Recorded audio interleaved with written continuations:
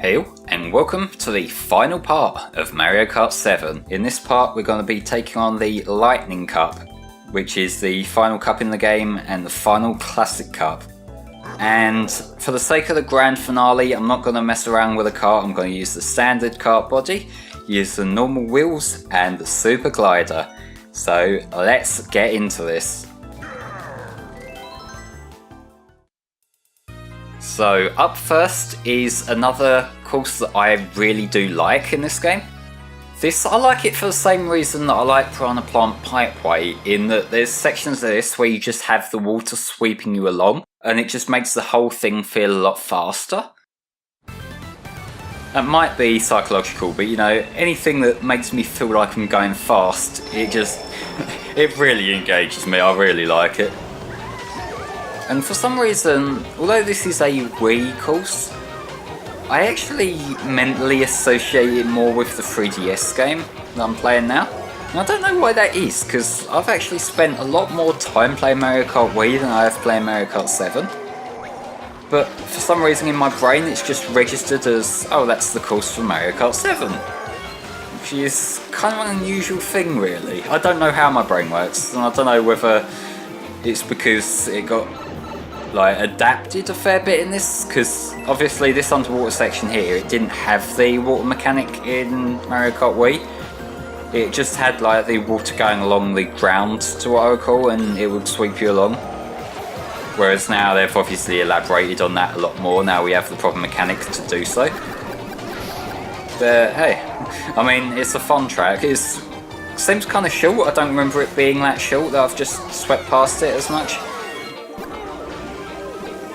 There doesn't seem to be much consistency to how long different tracks are throughout Mario Kart, because there's some that go by really quickly, then there's some like the Wario Stadium one in 64 which goes on for fucking ever. As well as stuff like the Mario Kart 64 Rainbow Road remake that's in Mario Kart 8 that is far too short for its own good, which is the opposite problem that Rainbow Road had in Mario Kart 64. But what they did was, because that's a really long track in 64, when they refitted it and retooled it in 8, they changed it to use the segment mechanic rather than laps. So it went from being far too long to far too short. There's no reasonable middle ground they could have done. I think that would have been a lot more balanced in terms of length if they'd maybe done 2 laps rather than just 1, but that's just me. I'm going to try not to get too worked up about other karts overtaking me here, because that seemed to cause a lot of problems for me in the last cup. But I say that, and now I have the lucky 7, so let's just hopefully win. I can win because everyone else gets fucked over. Let's see if I can make that true.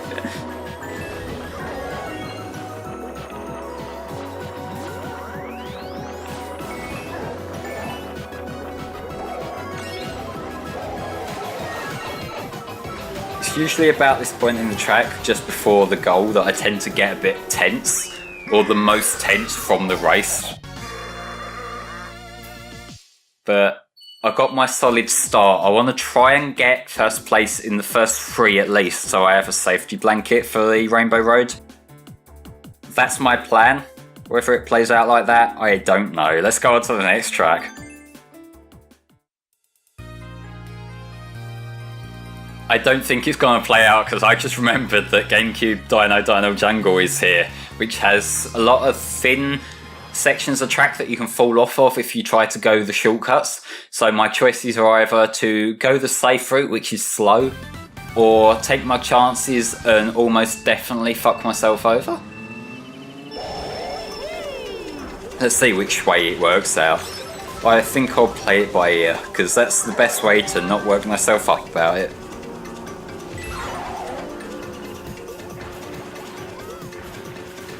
I don't know, something I've noticed about Mario Kart live playthroughs, I tend to get the most invested into the game as I'm playing it.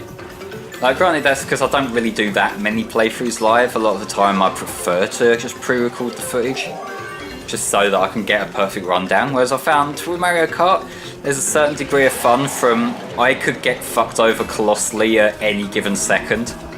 And it's me against the game at that point.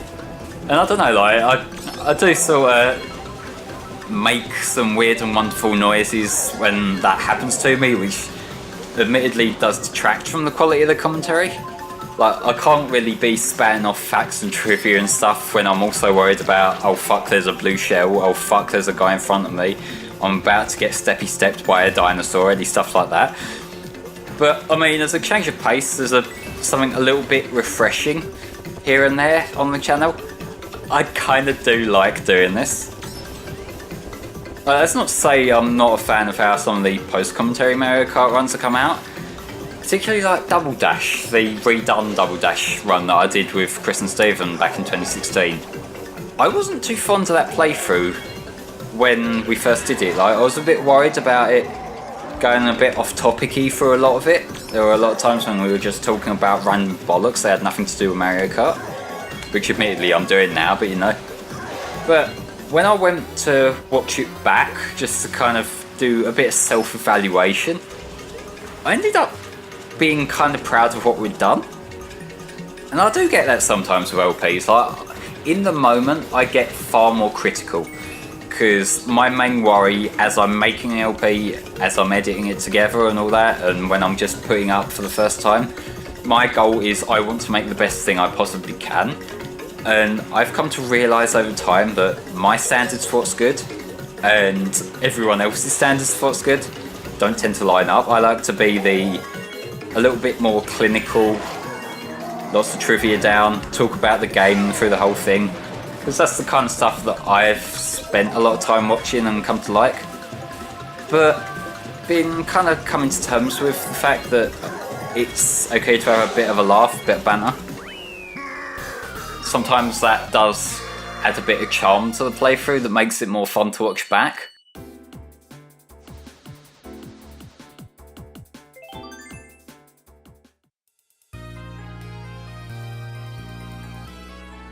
And that's why a little while ago I did set myself that goal of not worrying too much about this kind of stuff and just trying to have fun with it, which seems to work out for the most part.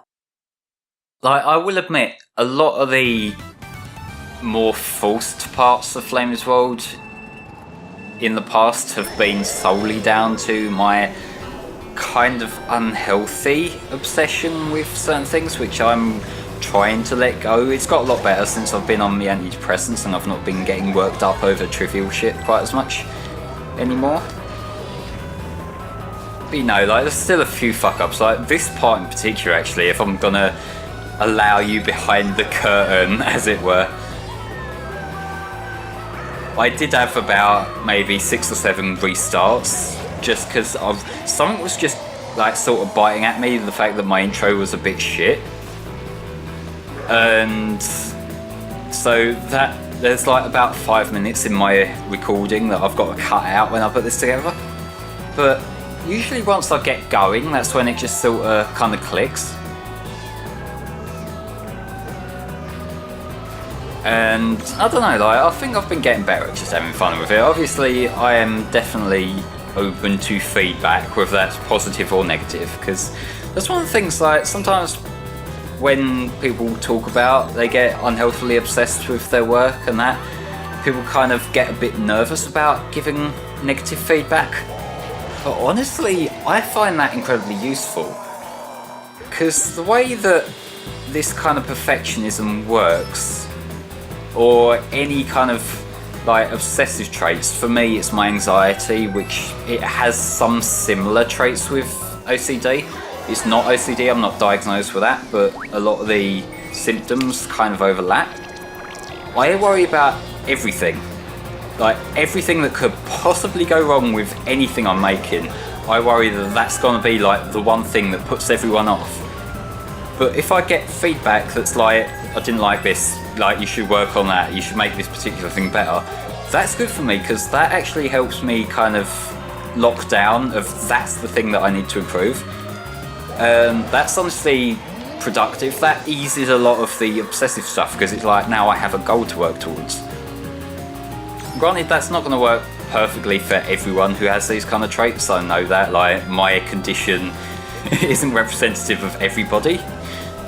But you know, it's something that I've always come to appreciate, just to get the lock on of, this is my goal. This is the thing I need to improve.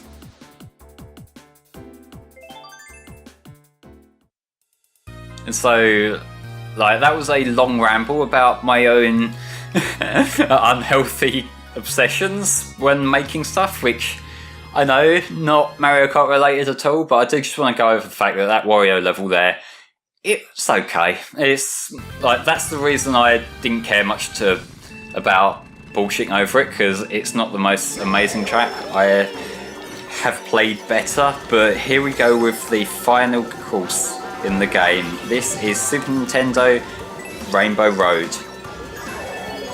And as you can see, there are absolutely no borders here at all. There's no wall around the edge during any part of this.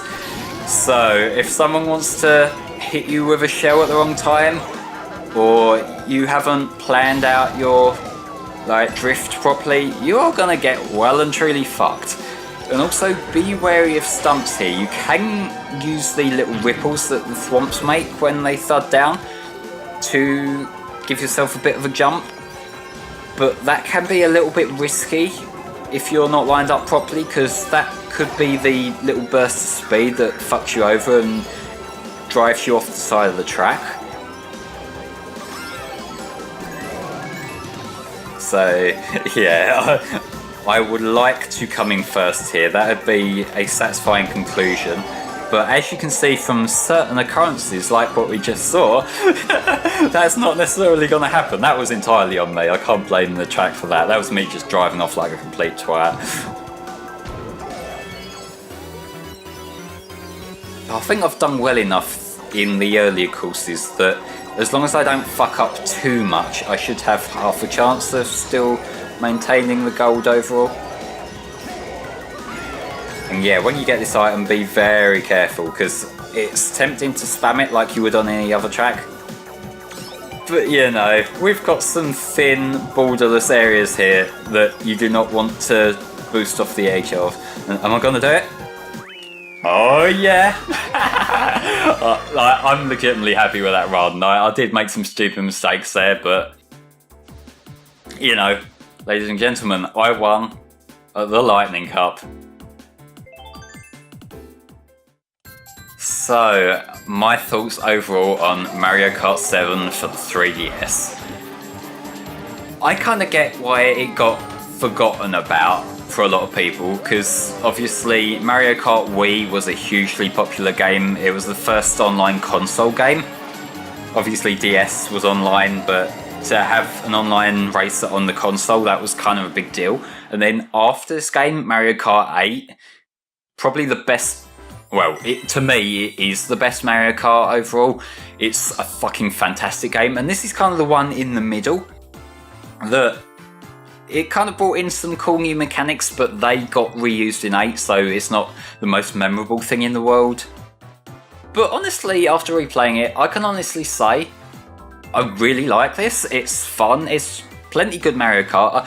There's not really much I can say when critiquing Mario Karts compared to other games, but if you see it on the cheap, pick it up and play it. You'll have a good time with it, like I just have. And if you like Mario Kart in general, it's well worth playing through.